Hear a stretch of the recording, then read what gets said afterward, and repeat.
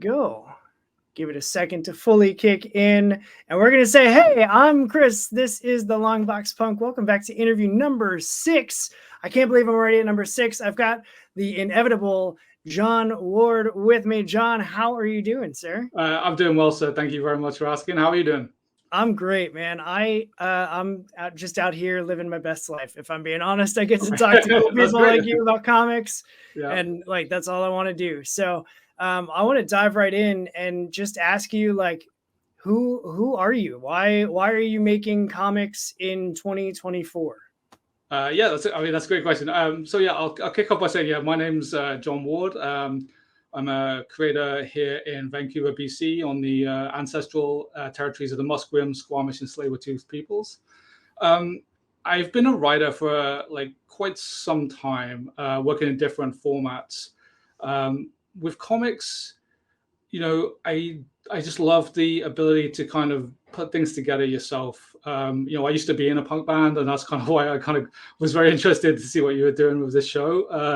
I grew up doing that, and I love the DIY element of it. And I think for creators who want to tell stories, this is a viable way of doing it. I love comics. I just love the interplay between art and text, and how that can create new ideas and new shapes that can't really be reproduced in other mediums. So I think there's a lot. It's just a challenging space that I like to tell stories in, but I think I just love the immediacy of it. If I'm writing a movie, so okay, I can do that, but then so what? Then I have to go and pitch it. There's so many gatekeepers who just want to say no, and that's not to say there's no gatekeeping in comics, but I think you can find a path that works best for you. You can kind of stay super indie and kind of just stay in the zine world, and kind of still put stuff out, or you can kind of do a mix of different things. Whatever you want, it's really up to you. You can kind of carve out a space to share your stories in the way that you want to do it. So I think that's the benefit of being in comics in 2024, is that you have all of those opportunities available. There's lots of challenges with comics in 2024. Maybe we'll get into some of those. I don't know, but I want to focus on I'm very negative as a person, Chris. So I really like to try and focus on the optimistic side for a change, at least until later, and then we can go dark later. I think there's so much creativity right now. There's so many channels and so many opportunities to share work with other people, and I think that's just a fabulous time to make comics. And I love doing it, and I'm excited to be around people who love making comics, and I love seeing what other people put online, because it just blows my mind, some of the ideas that people kind of come up with. I completely agree that having been reading comics now for almost 40 years, I feel like there's any book that you pick up. I was just at my local comic shop today. Any book that I could have picked up could have been drastically different from the book sitting right next to it on the shelf. And I love that there are just comics for anybody. If you want, the retro field, there's that. If you want superheroes, there's plenty of that. If you want, slice of life, crime, thriller, mystery, fantasy, sci-fi, all the things, they're all there, and they're all in very different styles, formats, avenues, physical, digital, you name it, it can be done. And it is being done. And I just think that, as a comic fan, how can you not be thrilled with what the landscape looks like right now? Yeah, I agree. I completely agree. Yeah. So speaking of the landscape right now, as of the published date of this interview, we're just 2 days away from the Memory Machine launching on Kickstarter. Is this your first, before we get into the book, which there's some very specific questions I want to ask you without spoiling anything. Okay. But is this your first Kickstarter experience? Why Kickstarter? That's a great question. So no, it's not my first Kickstarter experience. So I've been a backer of books on the platform for quite some time, and I've launched, I think, 4 projects now that were successful. Okay. I've been involved in other projects that have been successful, on the anthology side, and also projects that were unsuccessful. So I know there's a lot of experienced people out there using the platform, crowdfunding just in general. But yeah, I've had a little bit of experience with Kickstarter. Why Kickstarter? I think, well, Kickstarter is probably the biggest of the crowdfunding platforms. To be honest, I think it's got the biggest audience. So that's for any creator who's looking to put a product on the platform. I think that just makes it easier to be discovered, just because there is a built-in base there. Of course, you still want to bring your own audience there. Just turning up is not always the easiest way to to do it. Although you can still be successful. But I think leveraging the natural audience that's built into Kickstarter is just very, very helpful. And so so that's kind of why I've gravitated to that. I mean, there is another platform that I've used, Crowdfunder, which is based in Vancouver here, Okay. which is a little bit different. It operates just on a slightly different basis. So you can, PayPal is actually an option there. So backers can use PayPal, which you can't do on Kickstarter. And also you get paid out straight away. So every time somebody backs you, the money, minus the fee, kind of comes straight to you as the creator. Whereas with Kickstarter, you have to wait until the end of the campaign before it kind of unlocks. So if I'm right, I can't remember exactly. It's for crowdfunding, been a while, but I just remember kind of getting these constant messages. So it was just a little bit easier. And then you could roll it over into a store, which was kind of interesting. But Okay. I've gone back to Kickstarter for the past campaigns that I've done. So yeah, I'm just trying to just keep using that, and I've got a small but dedicated audience there who, you use that platform. It kind of sends you messages and notifications. It just makes sense to kind of continue to do that for comics. Yeah. As someone that has the illustrious title on Kickstarter of super backer, which basically means that I just give them way more money than my wife knows about. It's I do love just how simple as a user it is, because you're right, there's creators that I found through Twitter or Threads or Instagram even, that had books on Kickstarter. And so I went and I backed them. And then if it was issue 1 of a 4-issue series, they can just send an update to all their backers of issue 1 and say, hey, issue 2 is about to launch. Here's the follow link or whatever. And it just is so stinking simple that's kind of why I ended up with the super backer status, is because I just kept there's creators that, everything that they put out, I'm now backing because they just make really good stuff. And so while this is my first Kickstarter following and then soon to be backing with you, it's not going to be the last, because that you have a trade coming to Kickstarter in the fall, right? Is that still the plan for you? So I going back to kind of the first kind of experiences I had on Kickstarter on my own as a solo creator was with a book called Acausal, which is a sci-fi crime thriller. And so I did 3 issues independently on Kickstarter. So in issue 1 and 1 and 2, then 1, 2, and 3. And in the fall, we'll do a trade launch as well. Just a limited edition for people who have missed the books on Kickstarter or missed them at shows, and so you can still get the trade paperback. So yeah, we're doing that later in the year. It's just crowdfunding, I think in general, is just a way. I think it should be part of a creator's business plan. And we all want to create stuff, but we also have to recognize there's a business element to it, and you may not necessarily make a ton of money on a crowdfunding, because by the time you subtract all of the fees and then shipping costs, you may, if you've done it right, you should easily have broken even. You're not going to make a lot of money, but it's about building that audience and building the connection with readers. And I think then you can use that to kind of go to, you can go with a wider release. You can go pitch to publishers. Some publishers will be interested. But you have data then that you can take and say, hey, there is a market for this. You know more about the kind of readers who are interested in that particular piece of work. And I think that's a good model. Some people just want to try and pitch to publishers, and it's difficult. I mean, publishers often it's not that they don't like some stuff. It's just that it doesn't align with where they're going. And you can spend a lot of time, and I have done in the past, banging my head against the wall trying to do that. And then other people just want to just put stuff straight onto Webtoons or, straight onto Amazon, KDP. And that's fine too. But I think, again, you're handing the platform leverage over the data at that point. So you don't know who the people are who buy your books at that point. They just see a number in a spreadsheet, and it's like, well, who is that person? Yeah. And I think that's the thing. Kickstarter is a community. I mean, crowdfunding in general, I think that crowd piece is important. It is a community, and I think it can support and inspire. And I think you want to leverage that a little bit as an indie creator. So it's for me, it's kind of like a good starting point for those kind of conversations. Yeah.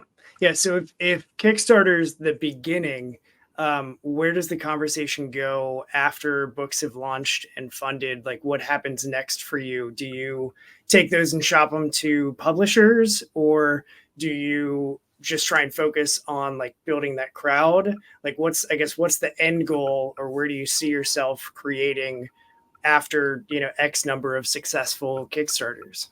Or do you? Or are you just like, usually just crashes and burns after the Kickstarter? These are good questions, and so I can speak to my experience with a causal, which is in retrospect like a really bad title, because people get it confused between like a casual, which I don't even know is a word, but like they anyway.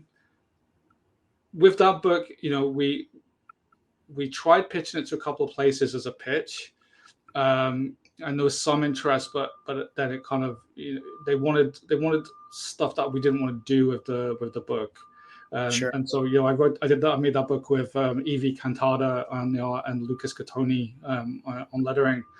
So at that point, it was kind of like, well, I still believe in the story and I really want to put it out. So I kind of went with the Kickstarter route, and then after that point, it was then thinking about, well, okay, this is this is 3 issues as a mini series. It will be, we can collect it and then we can try and pitch. So, I started reaching out to publishers, and some of them it just wasn't in terms of what they were looking to do in terms of their brand. It wasn't really on brand for them, But then other publishers were interested, and we had some great conversations. But in the indie space, a lot of these contracts were. We've had a discussion, like many times as creators about like the predatory nature of contracts that come out. And, I love having books come out in a comic book shop. I love that, but I'm not prepared to hand over everything to a publisher just to satisfy that particular need. Sure. And so I think that kind of solidified for me that this book, maybe we just have to go a different route for it. And so Kickstarter trade, I can sell them at like cons when I do that, but maybe this is a book that like I kind of publish myself and kind of go through like a more it's more work for me, but like I think maybe going through other channels with that book in the future it is right for this particular time. Who's to say what will happen? I have no idea, but like other books I've got coming down the road, so maybe that will be go with a publisher, Kickstarter and then take it to a publisher. I mean, or vice versa. Like I just think it's about being flexible. There is opportunity and there's tools out there, and I think using them to the best of our advantage is really the key thing right now. So yeah, like those are the plan. That's the plan. I mean, whether it works, we can look back in a couple of years and we'll see like what a disastrous thing happened to me. Like, and, we can lament this, and you can play this back, and you can just laugh at myself for kind of being so naive. But perfect. Yeah, but I think that's my approach of this is kind of like, just leveraging opportunities and seeing where it fits into the marketplace. Yeah, I definitely. So what I read from a causal, it just like, I don't know how you kept track of everything that you're doing in that book. Just to go on a complete tangent for a second, like that, just the continuing to read through, and it's like, oh, I think I understand the story and where it's going. Nope, what the hell? Where did that come from? And then keep reading, and it's like, okay, now wait. No, what the, and I just don't understand as a writer, like how you can have all of those ideas and that you know, as I try and explain it very terribly, it's like, what are you even talking about? Oh, you did a And great then, job. That's how I picture the cons. It's kind of like you read it, it's like stuff happens, and you go, oh, yeah, yeah, some stuff happens, and yeah, there's some things, and a couple people, and yeah. I just like I can't even imagine trying to put all of that onto a concise piece of paper to say like, okay, here's the thing, like here's all my stuff, and that's my story. So I'm gonna make that into a comic book now. Like I don't even understand how you managed to do that. And you kind of do similar with Memory Machine, where I started thinking it was one type of book and it ended up being something completely different. And I won't say more than that. Okay. I'll leave that to you to talk about Yeah. because I don't want to give more away. But I just like, you got me. And Okay. Well, that's good. That's good. I'm glad I got you. Yeah. you lulled me into this peaceful story, and then you just ripped the rug right out from under me. Was that when you started writing Memory Machine? Was that always your like? How did that book come together? Where did the idea come from, and then how did it become the thing that it is that launches in just a couple of days? Yeah, that's a great question. So where it came from was kind of I was in a very dark headspace to be honest. I mean, I think a lot of creators like we do struggle with kind of depression and anxiety and Mm-hmm. I was in a very dark space and I was kind of like feeling like very adrift in my life. Like I had a lot of good things going on, but like I kind of felt like I was very disconnected from it. And Yeah. so I was very internal at the time, and I was kind of like looking back through my life to kind of like it was actually looking back to the time when I was in a punk band, and things were so much simpler then. Like in some, looking back now, I mean, like it was complicated at the time. I mean, but like just being able to just play music and like go play shows and like have a shitty van, like that was great. And I was kind of really kind of stuck in this kind of moment where like I was really sort of stuck in the past and really wanting to go back there and wanting to make changes to things that Mm-hmm. like I knew would have, at the time, like they didn't seem like big deals, but like the ripple effects, so you can kind of see those strands. So it's kind of like in that really sort of dark space. And I noticed like in the world around us that like we're basically being bombarded with like nostalgia. Just everything's been remade, rebooted now, like re-envisioned, like Yep. reimagined. I mean, there was this stuff online about like how like this is 2024 and there's like a Ghostbusters and like the Alien movie. Like it's kind of like they're I'm excited to see them, but it is kind of like quite interesting to see how our culture is kind of like continue to cannibalize like this, what's perceived to be a golden time, a golden era in the past.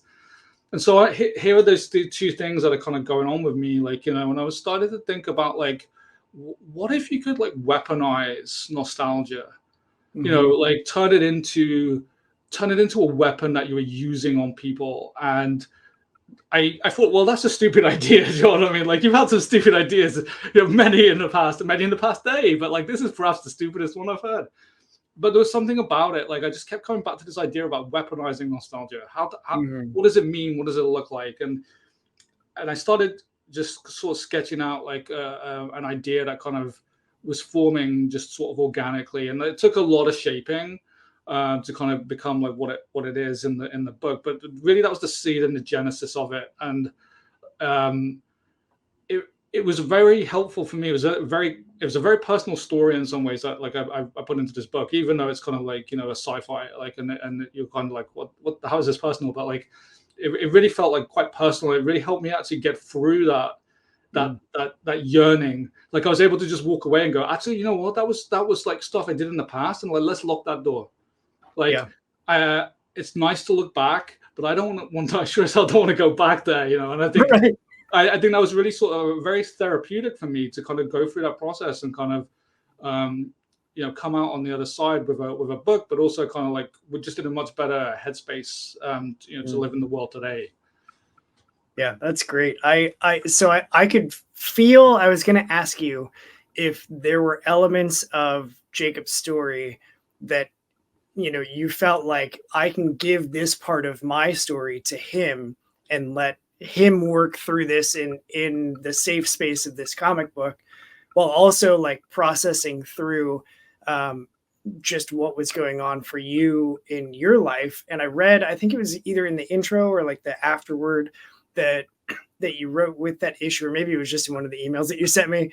But that phrase of like the weaponization of nostalgia, that for some reason, like I just, that shakes me to my core, because there's so much stuff now that is exactly that. And they're targeting and going after, and by they, I mean like the machine and the Yeah, yeah, proverbial man, yeah, where they're just taking anything that meant anything to anybody and they're pushing it to its extreme. yeah, And then they're saying, here, give us more money, because like we'll give you that thing that you really loved 20 years ago. You remember that? Remember yeah, how yeah, simple life was 20 years ago? And there's definitely a very real sense of like, yeah, things were simpler 20 years ago. And also like things are, things can be like in 20 years from now, I'm probably going to look at this time and be like, things were pretty simple in 2024. I have no idea if that's actually going to be a thing. yeah. If However, the world like, even exists in 20 years, who knows? I mean, like, you right, know, right. Who knows? yeah, who knows? But I do think that it's super relatable, because everybody has pictures that, you know, they're like, why am I still keeping these? And then you go through them and you're like, ah, and then you start reminiscing Yeah, and you yeah, start going through all the things. So to be able to take that one step further and like partake in the memory machine, I don't even know if I would like, that's a lot of power to have the ability to even relive memories or see how they play out. And so I was curious with that book, like if it was kind of a personal tale of like, yeah, this is kind of my story, but, or if it was more, you know, not exactly your like questions or wonderings or ponderings, if it was more just something of like, there's probably people out there that this could resonate very clearly with. Like, as you approached putting the pieces together, how did, like, what was your thought process with crafting Jacob's, like his specific nostalgia with that girl on the pier? Like, was yeah. that, how to tell me about that?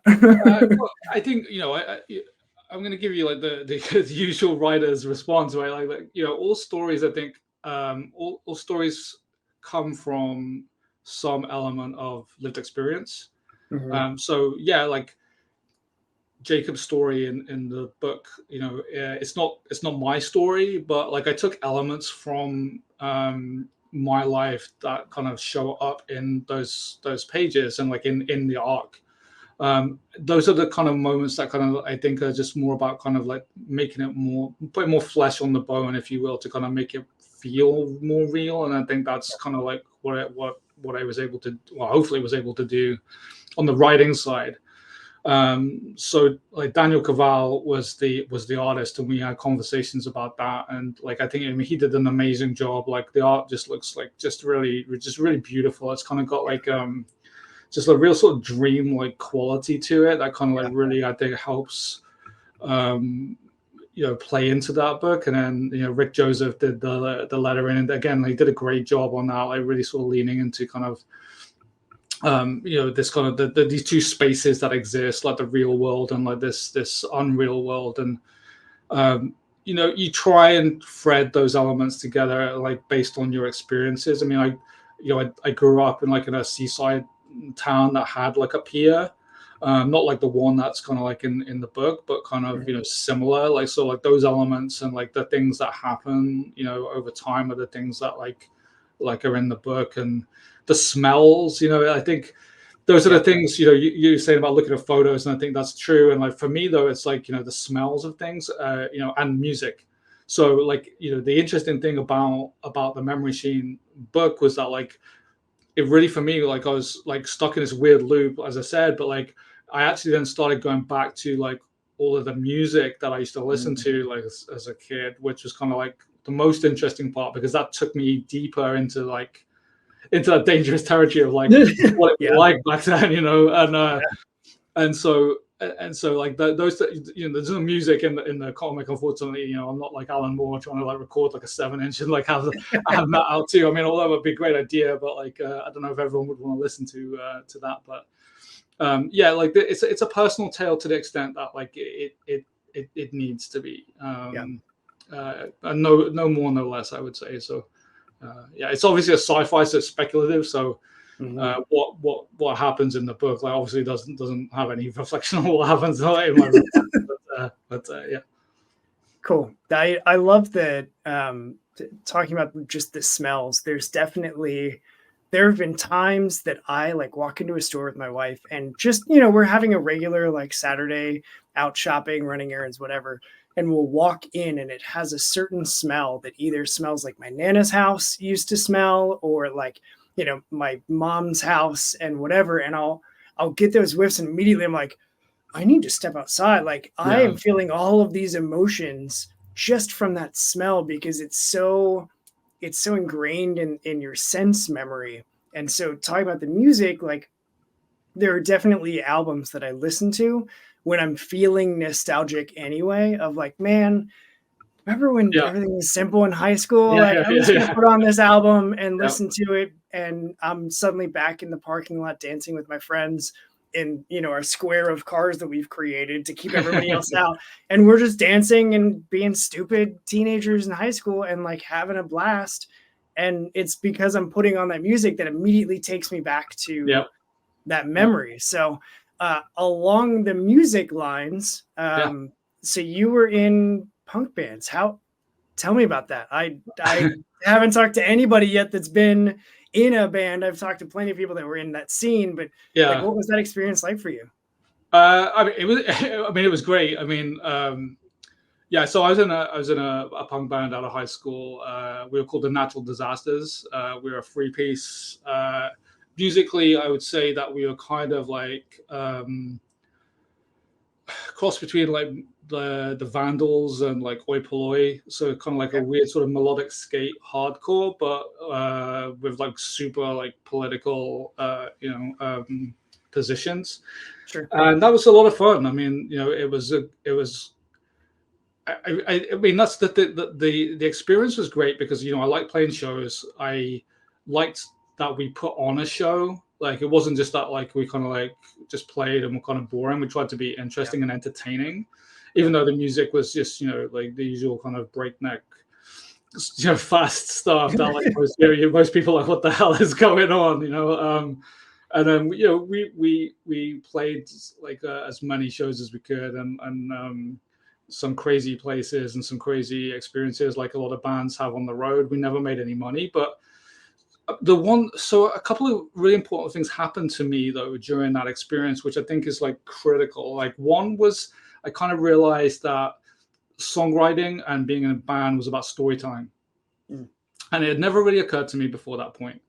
You know, you can look at songs from bands and you're like, storytelling, what the hell is he talking about? Like, this is like, you know, like you look at Chumbawamba, it's like, I'll put like, it's a bit sketchy in places, you know, but like, it really was about storytelling, and it sort of solidified the fact that I wanted to be a storyteller.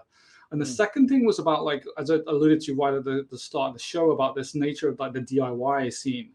And you know, that old you know, Maximum Rock and Roll used to put out that like Book Your Own Fucking Life magazine. Like, so this was like, you know, when internet was still like dial up and kind of like pigeons were able to transmit signals faster, you know, like, and that book was really pivotal for me because just seeing that there was a whole complex network of people who loved music. Why maybe they weren't in bands themselves, but they wanted to put on shows, and they kind of hosted you and like put you up. And, you know, getting into the DIY scene in the UK was the same thing. It was just making these connections with people, and you'd like play shows and just stay at people's houses, and they'd feed you. And it was just a really crazy kind of experience that people would do that, you know, like, and that was it. They didn't want you to kind of pay them. It was just kind of like, yeah, it's just part of the culture. Thing. Yeah. And it was just that element that kind of like really sort of came to my mind that you basically don't have to ask for permission. And like we're trained, I think, as certainly in the West, I think like we're kind of trained to kind of always sort of seek permission before we do things. And I think the DIY punk scene was kind of like, no, just do things and then, figure out what works and do them better. And help then sort of, turn around and help other people do the same. And that's kind of something that took with me like after that point through all of the different like career steps that I had after that was about not waiting for permission. So the weird part of my story, I guess, where we kind of diverge like a little bit now on the narrative, it's like into the biography, is that like after I went from the punk band, I was kind of like doing like I was working on like a mini golf course, like as the attendant kind of thing. But Yeah. like I basically ended up deciding that I wanted to write for Star Trek. I'm not quite sure the steps on that, like realistically, but like that's what I decided I wanted to do. I was like, going to be a writer for Star Trek. I had no idea how to write a script for Star Trek. I'd never even seen a script for Star Trek. I just love Star Trek, so I was like, I'm going to do that. Yeah. And so while I was doing, I wrote a script for Voyager. And while I was doing that, I started reading books on physics. So I failed physics and math basically in high school. And so I was like, this is just stupid. And I just kind of started to fall in love with like my learning.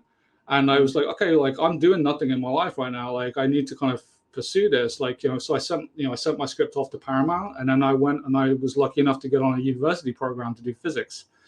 And then I just kept going with that. And like I got onto a PhD program, and it was the same thing. I didn't wait for permission. Like I turned up and like my boss like was like, okay, what are we going to do? I'm like, well, I've got like 20 ideas and I'm going to do them. Like, and so I basically just kind of led that process and shaped that. And like, then I just like, I basically got my PhD in string theory. Right. So,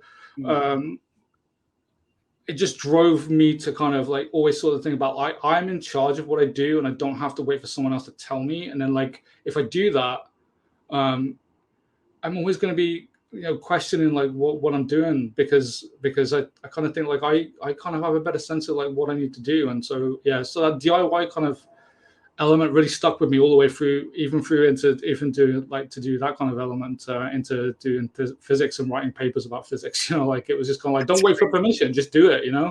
And that's why with comics, as we talked at the start, this is the same thing. It's kind of like it's there. You don't have to be afraid. I mean, yeah, you might fail, but like so what?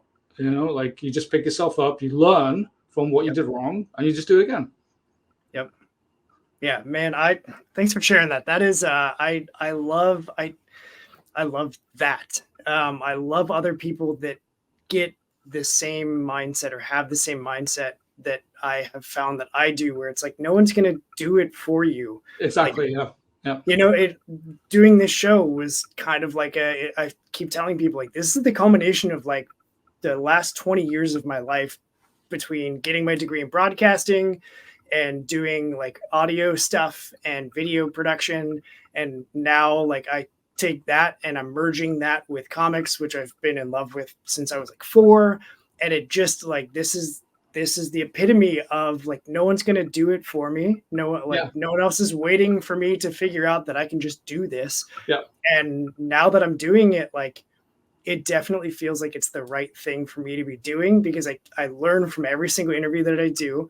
And I keep telling everybody like, come back in like 3 years and this will feel very different. Yeah. And yeah. also like, we're still going to have a great time because it's still like being, it's easy to look for me back and like I read a ton when I first got into punk of just like, how did that movement happen? Like, where did it come from? Who was doing what? How did it? And it was just like, they just decided this is what we're doing. And they were sick and tired of the music. So they made their own. They were sick and tired of, nothing being said about the issues like politically. So they started talking about it. And it was just people just doing what they wanted to do and making the points and music and scene that they wanted to have. And it was always like reading about that. It's always like, well, I can't really say that I'm a punk because like, I live in the suburbs in the Midwest America. I've got a pretty cush right now. Like things are good. But then it's like, no, like it's about the mindset. It's about that DIY and the overlap of punk and comics. The more that I talk to, friends that are in the industry, like complete strangers that are coming on here and talking to me, and just there's that same thread of like, yeah, I just wanted to do the thing, so I just did it. And I love that it also ties back to like it started for you in a punk band doing the thing. Like that's perfect. There couldn't be a better, like I might as well just hang another hat on my wall and we're done. Like, that's it, man. You just connected all of the things for me. So I instead of doing that, because I want to keep talking to you, so the second tale that you have at the end of Memory Machine, that catharsis tale, holy crap, dude, that's such a unique and interesting way to tell a story about, for me, what I took of like grief and family and like love and like respecting your elder, like all of those things without like being set in the world of a pro wrestler, which I love pro wrestling. Yeah. And it, so like immediately I was like, oh, pro wrestling, yeah. And then I read it, I was like, how's this guy that just wrote Memory Machine gonna write a story about a pro wrestler? That's gonna be like sci-fi insanity. And then I was like, oh, I'm like feeling all of these emotions right now. I wasn't ready. Yeah. So I really liked it, and I wanted to ask, like, what with that tale, was that just another idea that you had, and like what made you decide to pair that with the Memory Machine? Yeah, that's a great question. I mean, I think this is, yeah. So for those who are listening, like there's so the memory machine is kind of like the main story, but there's a backup story in the book, and it's called Catharsis, and it just felt, I don't know, like in terms of the pairing, it just felt I had the story, like, it's been kicking around for a while. I just wasn't really doing anything with it, but like it just kind of felt like thematically it kind of like went into the Memory Machine book, because it kind of like, it just acts as a weird kind of like, I don't know, where the Memory Machine kind of ends up is kind of like it's quite an interesting place, but like, as I was reading, I was kind of like, oh, there's kind of like a weird sort of feeling there, and I kind of wanted to, it didn't feel like it fully closed the book somehow. So like I was thinking about it, and I had this sort of story, so I put that in, and so realistically, it's basically just kind of like how to put like another piece in to kind of like punctuate the first story.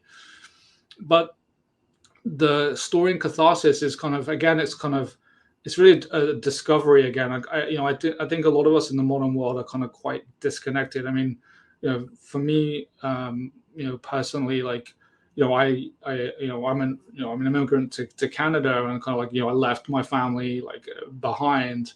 They're like halfway around the world, and so I am like on my own in that sense. And I am geographically disconnected, and I was thinking about being back in the band, and like you're often away from home. There's these jobs where you're often like you're working hard, like you're truckers, always on the road, and like shipping people who like work on those freighters, or wrestling is the thing that like I love wrestling.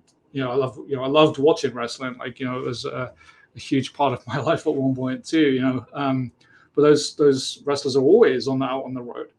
Yeah. And it was just really like an opportunity to kind of tell like a story about like being disconnected, but kind of choosing to kind of be disconnected in some ways, because like the decisions that get made, you kind of like always assume there's going to be another day, like, oh yeah, like, yeah, there's something else is going to come, and like I'll have another opportunity. But then sometimes those opportunities go away, and then it was kind of really about like, how do you deal with that?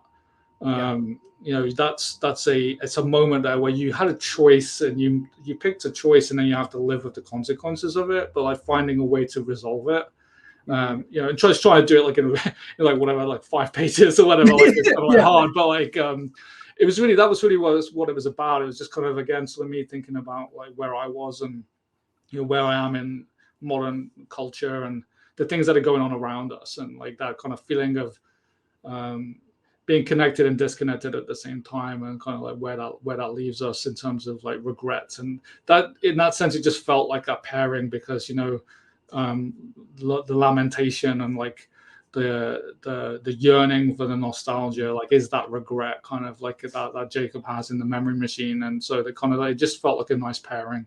Yeah, I definitely agree. And I that was, I think, the answer that I was expecting, because it definitely felt mirroring the, like, here was a moment in time that I could have made a different choice, and like wrestling with see what it yeah it works on many levels. but like really, taking down, wrestling that like choice, and having to live with what that meant for the rest of your life, or that moment, or whatever, that relationship, all the things. So it was a short story, but it was like super impactful. Like that was the one I put the book down. I was just like, what did I just read? Why am I feeling so many things? Like, you just put me through so many hoops. It's not fair.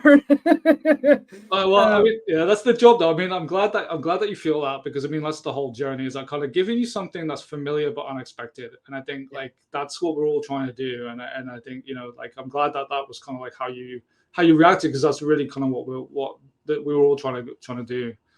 Yeah. So with that in mind, with that glowing sales pitch, tell me about the Kickstarter campaign. So I know, if you're unfamiliar with Kickstarters, there's like the different reward tiers. You've got probably digital, physical. Do you have variant covers? What are your planned tiers that people can get this book and support it and make it come to life? Yeah, we have digital and physical options.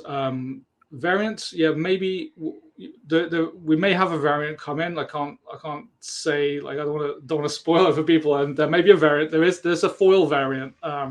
So I do like the foil covers. They're like pretty unique. So we're going to do a limited edition foil variant.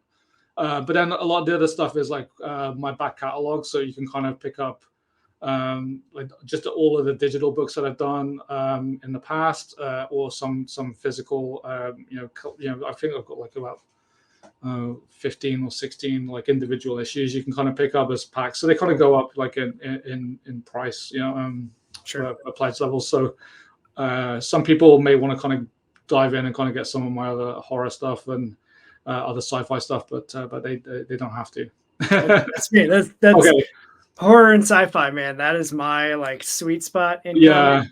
And that's why I got the super backer on Kickstarter. Yeah, I can see.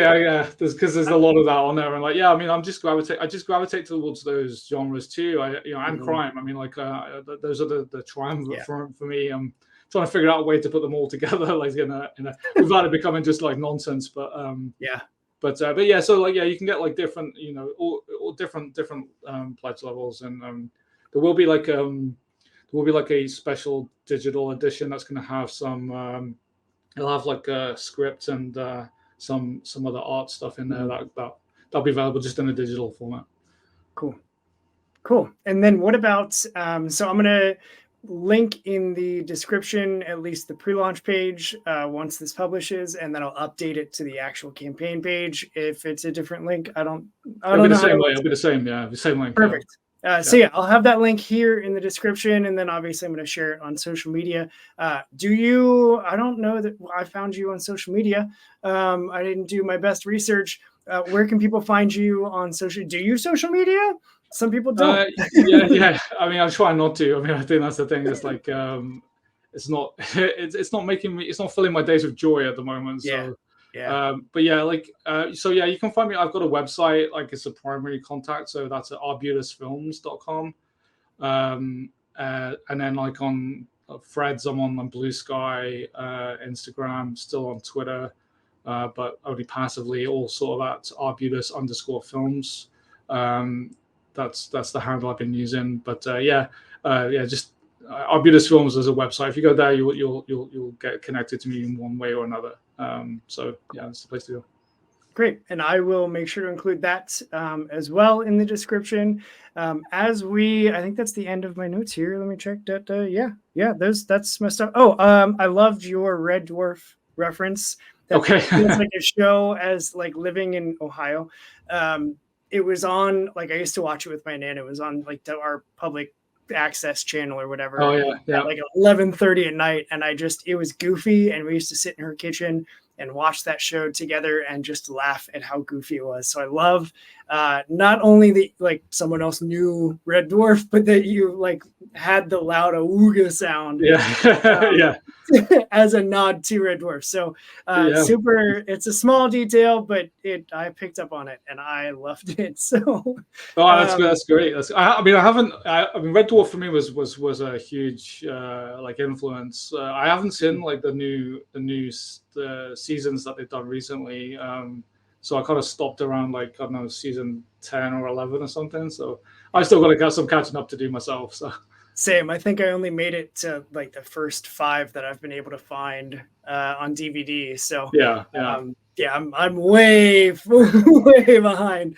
But so any like closing thoughts, words of wisdom, things that you want anybody watching this to know about you, about the book, just about life in general? This is your like soapbox moment. If you've been holding in anything, this is here. This is it. It's do or die. This is it. That's right. I mean, hopefully, like if anyone listening to this, I mean, hopefully, like you'll feel that like you can be inspired to do it. I think there's a phrase that like you have to see it to be it, and like I didn't know any writers growing up. Like I didn't know like anyone who's doing like anything. Like most people kind of just they just want to. I don't know what people want to do with their lives, but sometimes it's kind of like you don't know about it. I mean, it's a little different now. Like with social media, it does open you up a little bit more. But I think you have to, there's a saying somebody told me like not too long ago is like, you have to make the gig, not wait for the gig. And I think that's really something that I think, people should like think about like what that means to them and like how they can be more proactive about things in their lives. I think it's just, like if we go into like the punk rock soapbox like for a little bit, I mean like we know our slip-ins and like how all of the corporate structures kind of just see us as kind of like mindless sheep, and they just want to like drain us of our resources as quickly as possible so they can hide on their bunkers like in New Zealand or go off into space or whatever they plan on doing. But like we do have power, like people do have power, and I think we need to remember that like there's governments and people want to tell us that we don't have power, and we do. And I think that comes from kind of like collective action and kind of thinking about like what can I do.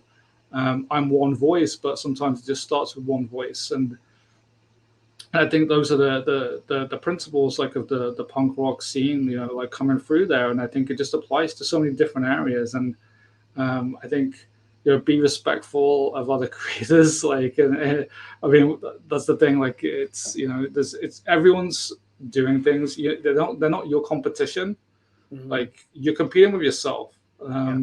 You have to kind of sort of understand that, but like, don't wait for anyone else to kind of like offer you things. If you want to be a creator, you want to be a podcaster, you want to make films, if you want to do anything, I think think about what you can do first rather than kind of like asking for permission from other people all the time. So I guess that's my closing sort of thoughts. Like I didn't really sort of think much about like my closing thesis, and perhaps I should have a little bit more, but yeah, that's what I would just generally say to people. I think I meet lots of talented like creators and writers all the time, and they're all really great, and they write just great stuff, but they're kind of in a weird space because they're always just waiting for somebody else to kind of like give them money or give them permission. And like there's nothing wrong with that, like, but for me it's kind of like, well, figure out a way to kind of do it yourself. All of the stories of all of the heroes like who I look to, their stories are pretty much the same. Like they took a chance, they did stuff, it worked out, then they kind of became the culture definers. I mean, that's what they did. There's no pathway. It's not like you see a job in like like on LinkedIn or something saying wanted comic book writer. I mean, if you do, then you have to be very careful. It's usually a scam, but like it's not, doesn't work that way. You kind of like, you have to make stuff, and then then you can get opportunities. And I think it's the same whether you want to make films, whether you want to make music, whether you want to do podcasts, whatever. It's kind of like you have to figure out a way to do it, and then just be happy doing that. And then like if it comes into something else, then that's great. Yep. I love that. I love it. That was a great,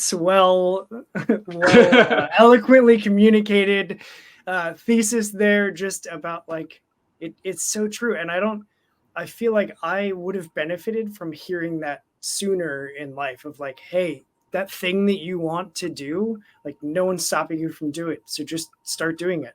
And then, if it takes off, like I keep telling people, this is a very fresh, a very new show for me, and everything is starting very small. And that's like my comfort zone. That's what I'm used to, is having a very small target audience, and I know who they are. And thanks, John. And I just, like, even if it's just one person that watches, that hears that for the first time, that goes, huh, I could just do the thing. Like, yeah, please do the thing. Like, we need your thing. And I see people posting that more and more. I will give Threads credit. The podcasting community over there, and even like the comic Threads community, are all very, very supportive. And it's the healthiest social media experience I have ever had, just in the last like 3 months on Threads. So it's a lot of like supporting each other. There's people that, because there's the For You and then the following timelines. Yeah. And people will pop up on my For You channel, and like, I don't know who they are, but there was something last night where the lady was like, hey, that job that I've been interviewing for and like praying for, I got the job. And I don't know her from anybody, and I don't even remember the username, but I like typed in like, that's so awesome, congratulations. Because like, you got to be it's so cheesy, but like, it's true. You got to be the thing that you want to see. If you want to see more positivity, be more positive. Yeah.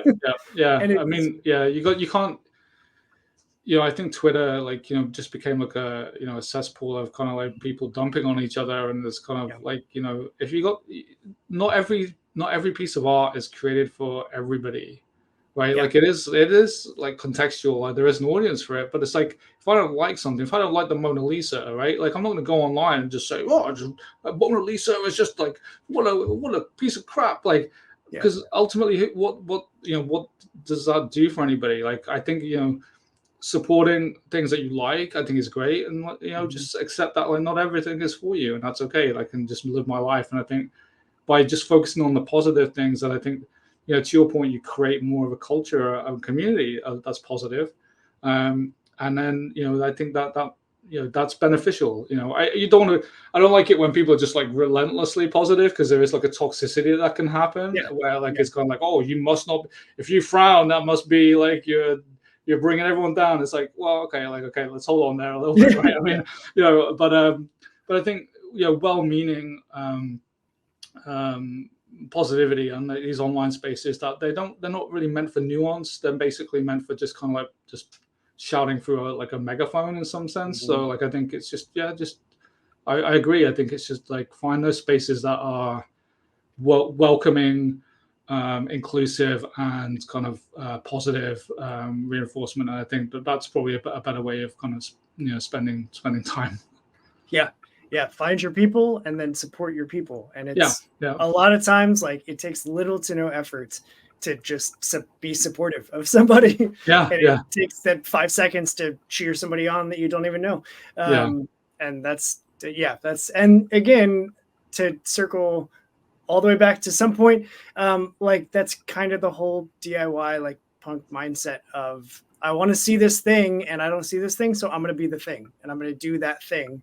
And if people come along with you, like, cool. And if you're watching this right now and you're like, that's the thing that I'm into, like music and comics and cool, like, come on back. I'm going to keep doing the thing.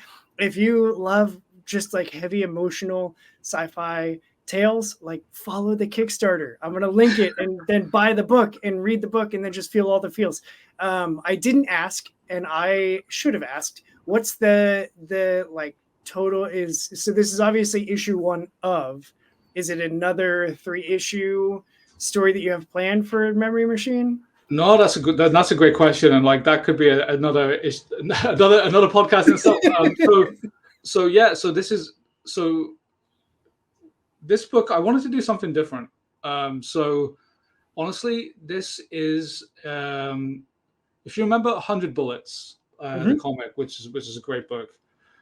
Like I really liked like that episodic. Obviously, it became like there was like a whole sort of mythology that kind of built up around it. But I really like the episodic nature of it. And with this story, I kind of like I was thinking about it, and I was like, well, is this a series? And I think there is something that's serialized about it. Obviously, because at the end of the story, you can kind of see that there's a world there. But I actually wanted to do something different. So like the next iteration of the story may well just be like a 3-panel comic strip. I kind of think that it can live in different spaces. Yeah. And that's kind of what I want to explore, like what other spaces it can live in.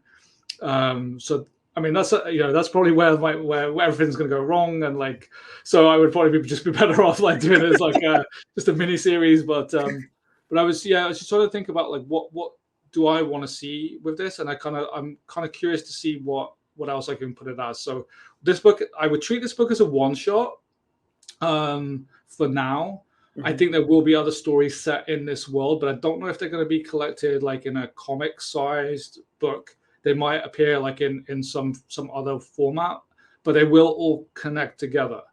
So at some point down the road, we'll then have a problem about like how do we actually collect all of these things if they're in different forms. But yeah, so that's what I was kind of intrigued about. Like, what how can we push the storytelling a little bit with this to kind of like work? I like working with other artists, and I think that also then opens it up. If I'm kind of then sort of saying, well, maybe we'll do like like start doing comic strips, the black and white like strips that are like very much like in the vein of like 50s or 60s strips. Then I can work with different artists and kind of different styles and different textures and kind of explore some other part of the world. So yeah, very long answer. I'm sorry, that was very boring. It's great. Basically a one shot with some other stuff to come.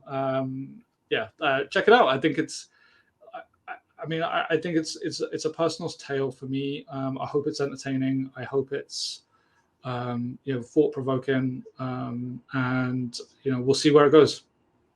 Cool. No, I love that you're willing to take that big swing and try different stuff to just see what happens. I love it. It's great. John, I have had an absolute blast talking to you. I do feel like unchecked, we could just talk for hours on end. Probably, yeah. Everything that you tell me, I'm just like, that's so fascinating. And so I will probably be reaching out to you in the fall when you get closer to launching a causal, not accusal, not a casual, a causal. Definitely not a casual. Yeah, that's definitely not that. But you see the tricky part with names, right? It's kind of like I wanted a name that was one word. I wanted it to begin with an A because then it appears earlier, like in like alphabetical lists. Yep. But like I should have picked a different word. But, that's all right. I think people will still get it. Yeah, for sure. But thank you so much for coming on and just spending some time with me. I look forward to a successful Kickstarter campaign for you in the Memory Machine. And that is going to do it for this interview, punks. So as I always say, quit wasting time and go read some comics. All right. See ya on the next interview.